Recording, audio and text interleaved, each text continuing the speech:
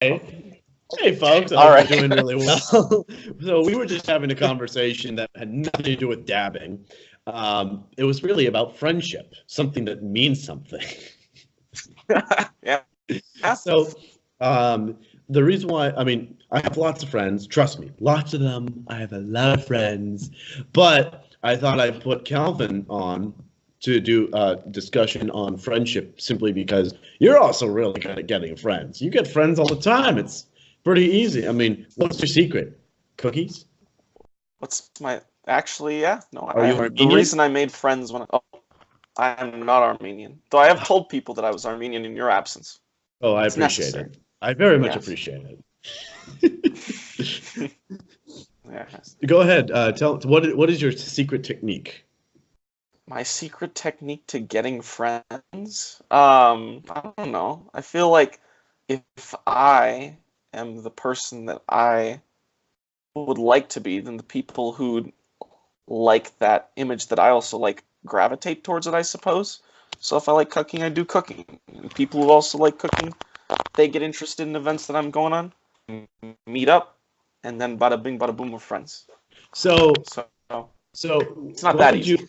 Well, okay. Well, I mean, let's talk about what makes it uneasy. So, let's say there's a person that's really good at computer programming, and they don't have any friends. Why don't people with computer programming school skills flock to them and they become best of buds?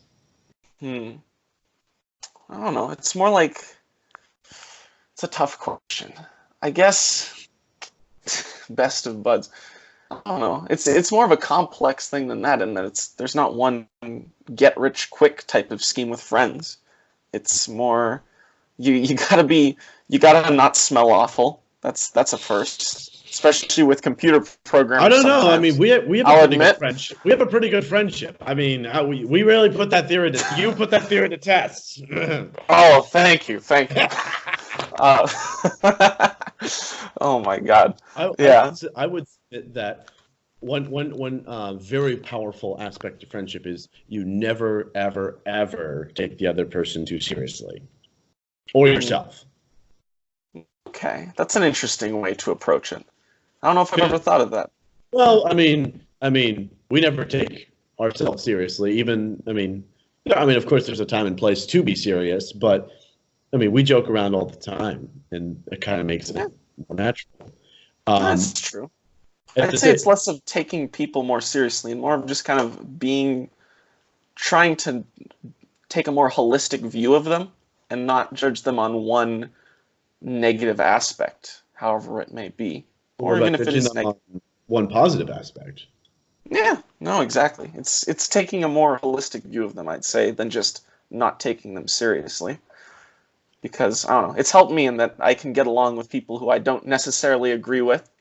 Uh, Right, right. I mean, That brings me to yeah. my next question is how do you get along with people you don't agree with politically or religiously? Because this is an especially important message in 20 post 2016 where believe it or not, actually today I just ran into a couple. I'm not sure if they were married or not. One was at the woman was at a gun control rally, and the guy was actually a Trump voting MAGA guy.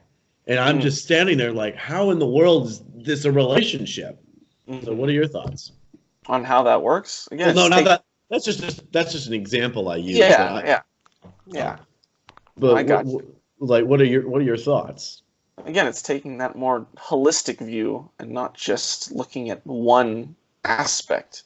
Because I mean, we don't agree on a lot of things. First, What do I we mean, agree on?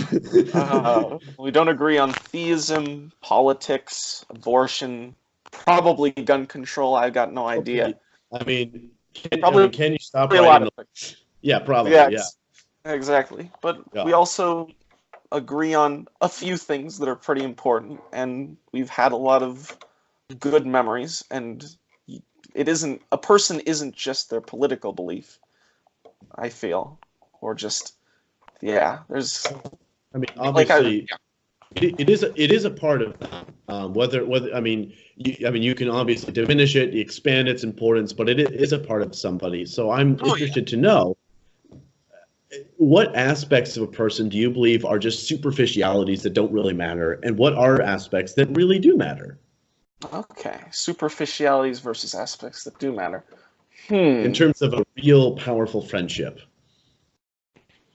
Okay. Um, I would say one thing that really does matter with a friendship is shared experiences. I don't know. I usually Okay. don't consider a person that much of a friend until we've done like one like event like together that's pretty big or just like small. But just like it's kind of building up that relationship of like just two people instead of seeing how you guys fit in a group because they're both very different dynamics.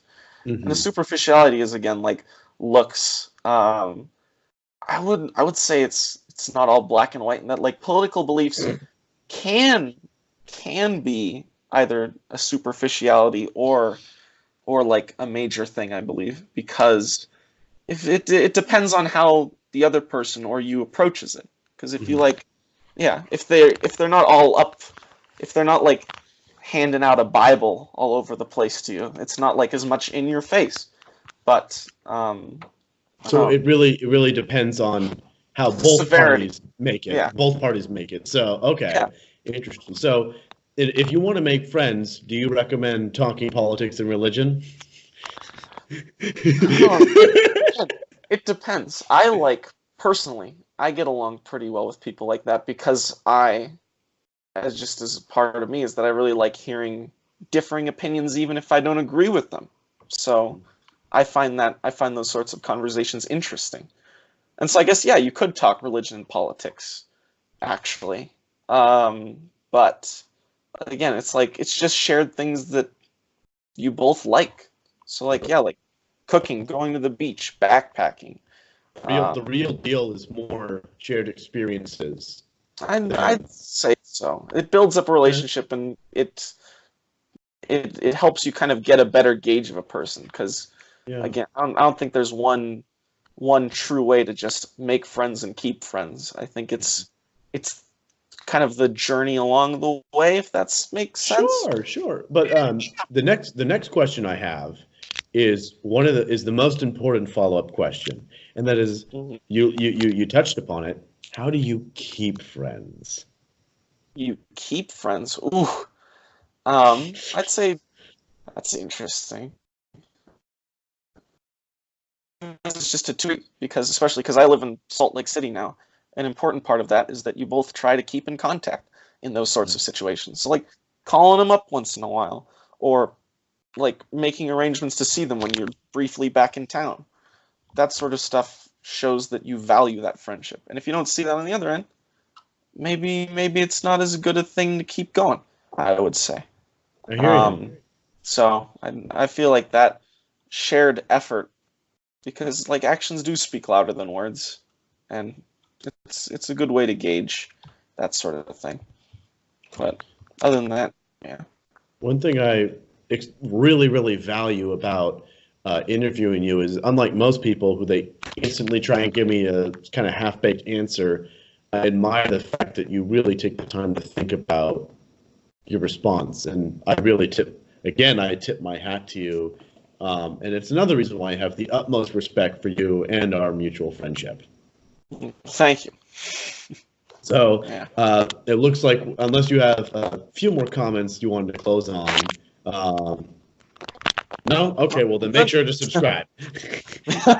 Don't listen to what he says and make sure to subscribe. If Oh he God.